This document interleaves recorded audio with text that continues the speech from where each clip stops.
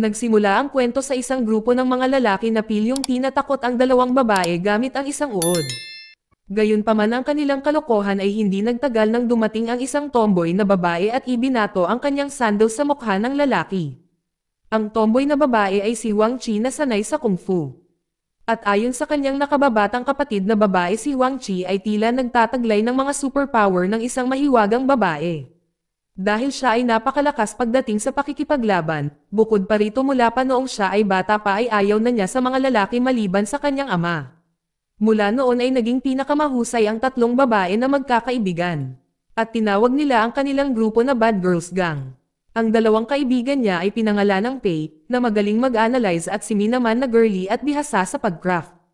Sa tuwing may nang-aabala sa kanila, naghahati sila ng mga gawain kasama si Huang Qi ang enforcer habang si Pei at Mi naman ay nagbobomba sa kanilang biktima. Sa kabila ng pagiging tomboy na teenager ay hindi tugma ang hitsura ni Huang Qi sa kanyang boyish na ugali dahil ang ganda-ganda niya. Araw-araw laging late gumising si Huang Qi at magulo ang kwarto niya. Buti na lang may mapag-alaga si Huang Qi na nakababatang kapatid na babae at ina na nag-aalaga sa kanya. Sa kabila ng kanyang pagiging tomboy, naaakit pa rin sa kanya ang mga lalaki.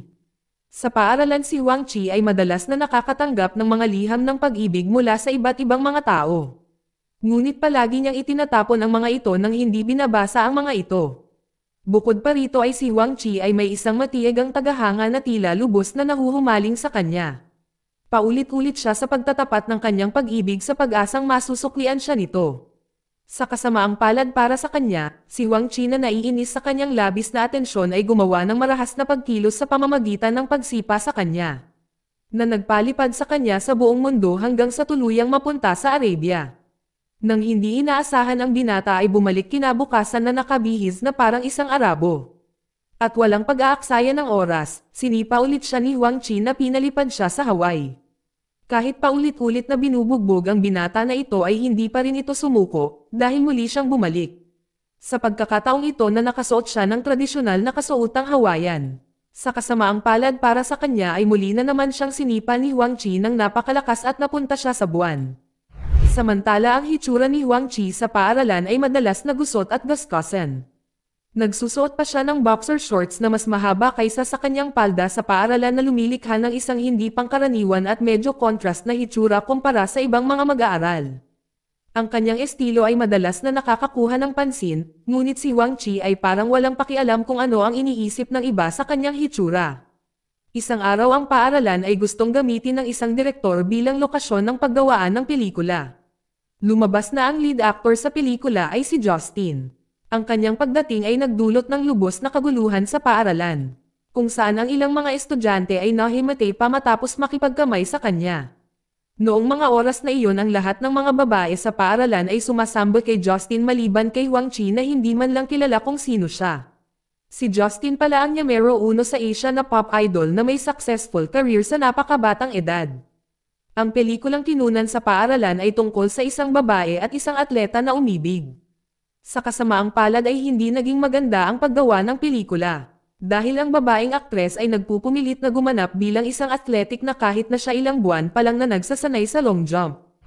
Habang ang nakababatang kapatid na babae ni Huang Qi ay tinutokso siya habang nagbabantang sasabihin sa kanilang ina ang tungkol sa admirer ni Huang Qi. Nainis na hinabol ni Huang Qi ang kanyang kapatid na babae papasok sa gusali kung saan ginaganap ang paggawa ng pelikula. Gaya ng inaasahan, nagdulot ng kaguluhan si Huang Qi doon. Dahil siya nakatutok sa paghabol sa kanyang kapatid, kaya naabala niya ang mga aktibidad sa paggawa ng pelikula. Sinubukan siyang pigilan ng mga crew, ngunit magaling na nabaligtad niya ang kanyang katawan sa ibabaw ng mat. Habang nakaflip ng hindi sinasadyang, bumagsak si Huang Qi sa ibabaw ni Jessica, ang lead actress, na nasugatan siya. Bilang resulta, agad pinagalitan ng prinsipal at ng direktor si Huang Qi. Gayunpaman, iminumungkahi ni Justin na si Huang Qi ang pumalit sa lead actress na nag-aatubili na sumang-ayon si Huang Qi. Sa gabi, kasama ni Huang Qi ang kanyang dalawang kaibigan na nababalisa. Habang ang kanyang mga kaibigan ay nag-aalinlangan din sa kanyang kakayahang umarte. Kinabukasan, si Huang Qi ay nakatakdang magsimula sa kanyang unang araw sa shooting. Si Huang Qi ay hindi comfortably sa kanyang ayos, lalo na sa pagsuot ng wig. Lumala pa ito dahil ang makeup artist ay isang lalaki. Buti na lang matyaga ang makeup team sa kabila ng lahat. Sa wakas at naayusan nila si Huang Qi ng napakaganda. Ang pag-acting ay hindi naging madali, dahil ang isang tomboy ay susubukang umarty bilang sweet na babae. Habang ang mga crew ay lumilipat sa isang bagong lokasyon, ang isang crew ay hindi sinasadyang natapakan ang ilang mga halaman. Dahil ang kargado na kanyang dinadala ay napakabigat, mabilis na sinipa ni Huang Qi ang miyembro ng crew na natambush siya at pinagalitan siya. Pagkatapos ay itinaas ni Huang Qi ang mabigat na karga ng mag-isa gamit ang kanyang mga kamay. Gayunpaman ang kanyang mga aksyon ay nagdudulot sa kanya ng pagsaway mula sa makeup team. Dahil ang kanyang makeup ay nasira at ang kanyang buhok ay naging gusot. Ang makeup artist ay sinubukan siyang pagsabihan. Sa halip na matakot si Huang Qi ay nahihilo at nauuwi sa pagsusuka.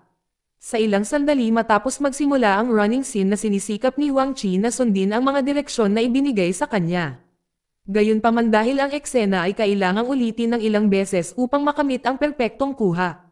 Si Huang Qi ay nagsimulang mapagod at nawala ang kanyang sigla. Sa kalaunan ay hamina ang kanyang katawan at bumibigat ang bawat hakbang nito. Hindi lang pisikal na pagsusumikap ang pinagmumula ng pagod ni Huang Qi kundi gutom din. Nang mapansin ni Justin ang kalagayan nito ay mabilis na pumasok, nang walang pag-aalinlangan ay inabutan niya si Huang Qi ng isang piraso ng tinapay at inilagay ito sa kanyang bibig para bigyan siya ng lakas.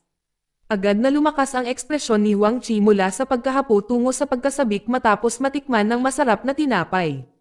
Muling sumigla si Huang Qi at nagsimulang tumakbo ng buong bilis na hindi pinansin kung saan siya pupunta.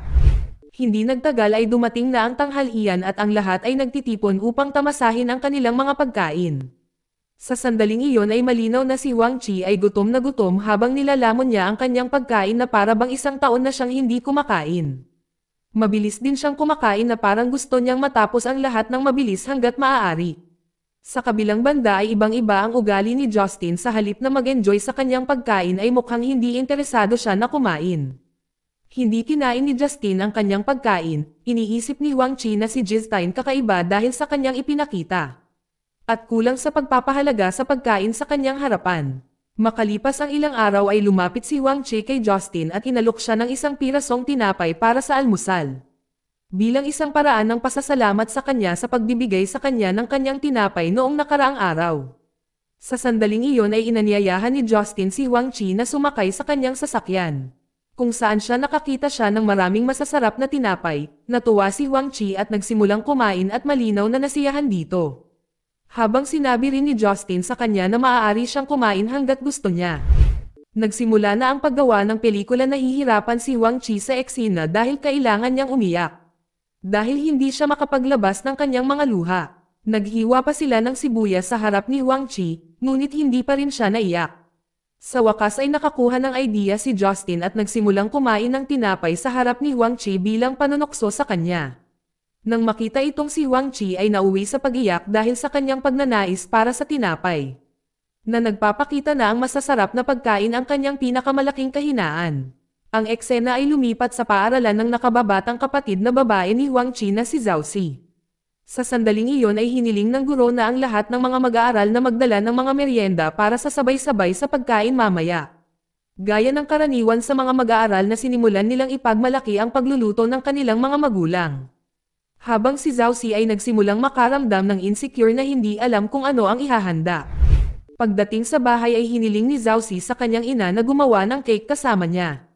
Kaya naman magkasama silang gumawa ng cake, pero hindi maganda ang kinalabasan.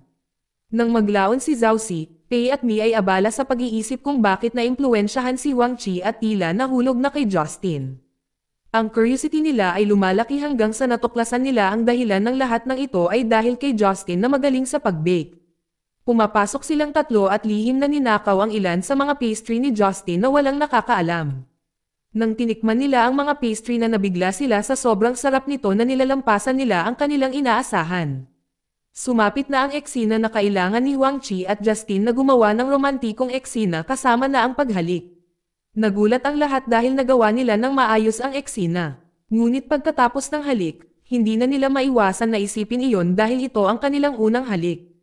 Tila nagsisimula ng ma-in-love si Huang Qi kay Justin, kaya sinabihan ng kanyang ina si Huang Qi na kung kakainin ng isang lalaki ang iyong luto ng may kasiyahan ay senyales na nasusuklian na ang kanyang pag-ibig.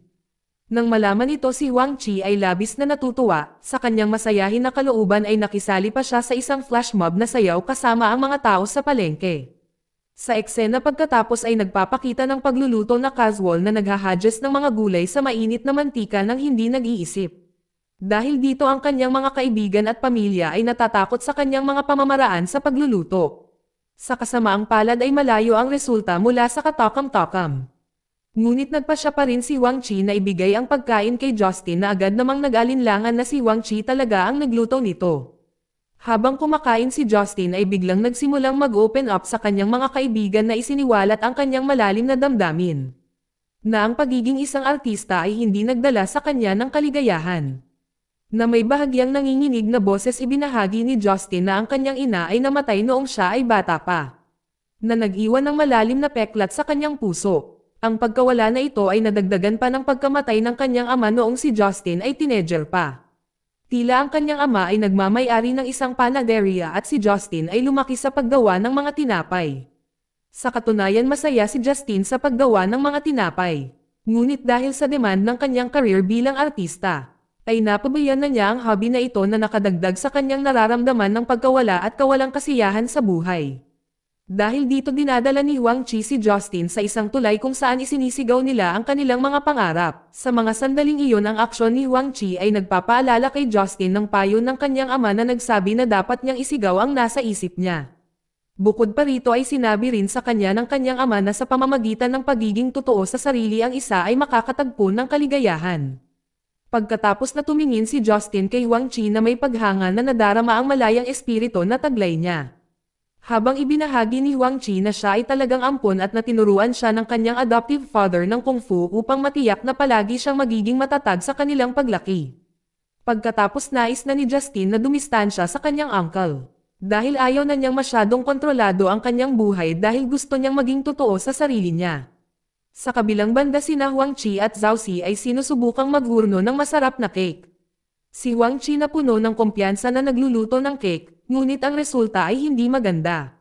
Dahil ang cake ay ganap na nasunog sa paniniwalang maaaring mag-iba ang lasa sa hitsura nito. Sinubukan ni Zhao Si ang cake, ngunit siya ay nauwi sa pagsusuka dahil dito. Gayunpaman, tila kakampi ang swerte nang biglang dumaan si Justin sa kanilang bahay at tinulungan silang mag-bake ng tinapay. Dahil dito si Huang Qi naman ay namangha. Nang aalis na si Justin nagpasalamat siya kay Huang Qi sa pagtulong sa kanya na yakapin ang kanyang tunay na sarili. At tinanong siya ni Huang Qi na maghurno ng tinapay para sa kanya araw-araw. Sa ibang pagkakataon, darating ang oras na ihaharap ni Shuasi ang kanyang tinapay sa guro. Hindi pala ginawa ng kanyang mga kaklase ang tinapay na pinagyayabang nila noong nakaraang araw. Habang ang tinapay na dala ni Zhao Si bilang hit sa lahat dahil napakasarap.